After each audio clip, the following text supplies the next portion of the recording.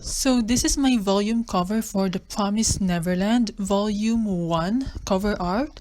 Let me just say that I'm going to be quickly reviewing the volume art for the Promised Neverland because I really love how Pasca Demisu showcases her talent just in the artwork. It blows me away.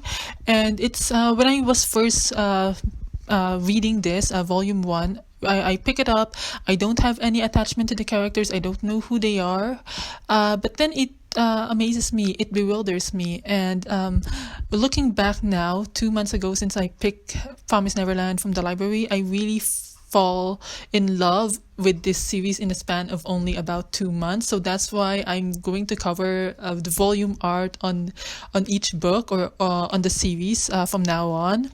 However, I will be doing them not I will be doing them not in sequence. I will be skipping on some volumes. However, I'll do them all. However, I'm just gonna be doing them not in sequence. That's all. So today I'm gonna cover volume 1. Later on, I wanna cover the volume art for the latest release of volume 18 because that's gonna come out next week. So I hope you enjoy this volume review for The Promised Neverland. So let's go. So volume 1, when you see this, it's really inviting, and picking up the book from the library, I really don't know who these characters are. Unless you read the synopsis at the back of the book, it's gonna give you an idea of what the characters are in for. It's really inviting. It's has this circular shape among these characters that it's inviting you to an adventure. The characters are inviting you to an adventure, and I really love how Pasca Demisu circulates the characters in library books because it tells me that we're up against this setting or this environment where books are going to be involved a lot and tremendously, and I really didn't even realize that they're standing on staircases. So maybe at first glance you wouldn't get it, but then as you look and notice at the volume art cover and read on the series, you'll notice little hints drop on the volume covers that are gonna be gonna be foreshadowing elements on that book. And what I also noticed is that I really didn't notice the tattoo numbers on the girl on Emma's neck until I read the first few chapters of this book, and really it really amazes me. And when I read the synopsis of the book, I was just guessing who the characters are, Emma, Ray, and Norman. So just by their character design, I was able to tell, of course, the girl is Emma, so it rules her out. So I have to guess which one is Norman and Ray, and I correctly guessed that Norman is the white-haired boy, while Ray is the black-haired boy because of his emo look. So I was really proud of that when I did that. Looking back at the volume art, I really noticed under the staircase where the characters are standing on, there's some books that are scattered around, and even one book that is saying hurry up, meaning that it's gonna be an escape. Hurry up for what? Hurry up for tag, for escape, or whatever.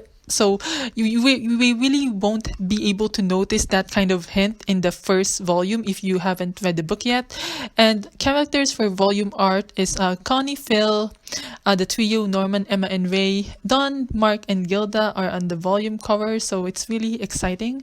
And then I just want to quickly say out that the Viz Media volume has this cover page. So when you open the book, it has that flip at the right hand side of the book, and it's Isabella lonely staring at the staircase because I didn't know who she is, but I really guess I had some hints on my head when I was first reading this book.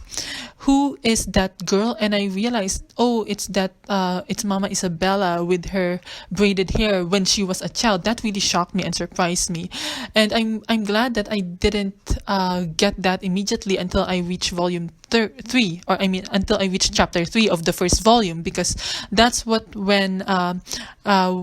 readers came to realize that Mama Isabella is also a victim. She has a tattoo ID. She has a tattoo ID on her neck, which indicates that she used to live in the Gracefield house, or that she is also a victim of the demon society that they're living in. So kudos to Pascal Demisu, the illustrator for this volume, for really showcasing and putting out the hints on the volume art, on the flap pages of the volume cover. It's really amazing how she's able to showcase her talents on these on just her artwork. And just let me tell you about the first page of the volume. It has Shirai Sensei and Fasuka Demisu as cartoon characters on the first page. And Kayo Shirai, if I haven't read this first page, I would not have been spoiled, because it's kind of a hint on the first chapter. I wish I didn't read these notes, these author's notes, because it really spoiled me. But then as you read on, you realize, you shouldn't be reading the notes of the author because they're spoilers. They should have just flipped this or put this at the back of the book so you won't be spoiled. But no, they put it at the first page of the books, which spoilers, like, it has so many spoilers already. Even like Kayo Shirai's notes, the foreshadowing in the art, but I'm not telling where. Of course, it's the cup, the headphone, the telephone cup that the cartoon characters themselves are using, but it's not revealed until volume 4 or volume 5 of the manga. So I was really impressed by the narration that the authors undertook just to portray the foreshadowing elements of the series. So that's something that I'm really happy to have discovered along the way. I really love these the notes of the authors, because like with this one, but next time read the author's notes at the end so you won't be spoiled. See number 2, the liveliness of the characters in the background. Check out Connie's eyes. I was looking at that in detail when I was first reading the chapter, and I really regretted it. Why I was reading the author's notes before even diving into the chapter. So let me know what you think on the Promised Neverland volume art cover of volume 1. Oh, and there's one more thing that I would like to say. The first chapter, the cover chapter for volume 1 is where Mama Isabella is hugging all the trio. And you would think, if I'm going blind on this one, I would really think that this is going to be a happy manga. That's why I kind of like got bored on the first pages of the first chapter. It's because it's like a typical manga with, kids are going to be the protagonist in this story or in this arc. So I'm a little bit bored, but of course the reference of mother and children are already in there, because Neverland, that came from Peter Pan, right? So that's something that I would like to say on regarding the Promised Neverland V's media translation or English translation. Let me know what you think, because I really adore this series, that I would dive into the volume art, the volume chapter covers one by one, just to dissect what are these authors thinking, how were they able to comprehend or to create such a world in this series. It really fascinates me, and I wish I would have, if I had time back then in 2016, I would have picked this volume up and I would have bought it. I would have analyzed it. I would have been on the hype. I would not have been spoiled. So again, that's my quick review for the volume art cover for volume 1, Promised Neverland. Thank you. Let me know what you think. Thank you and have a great day. Bye.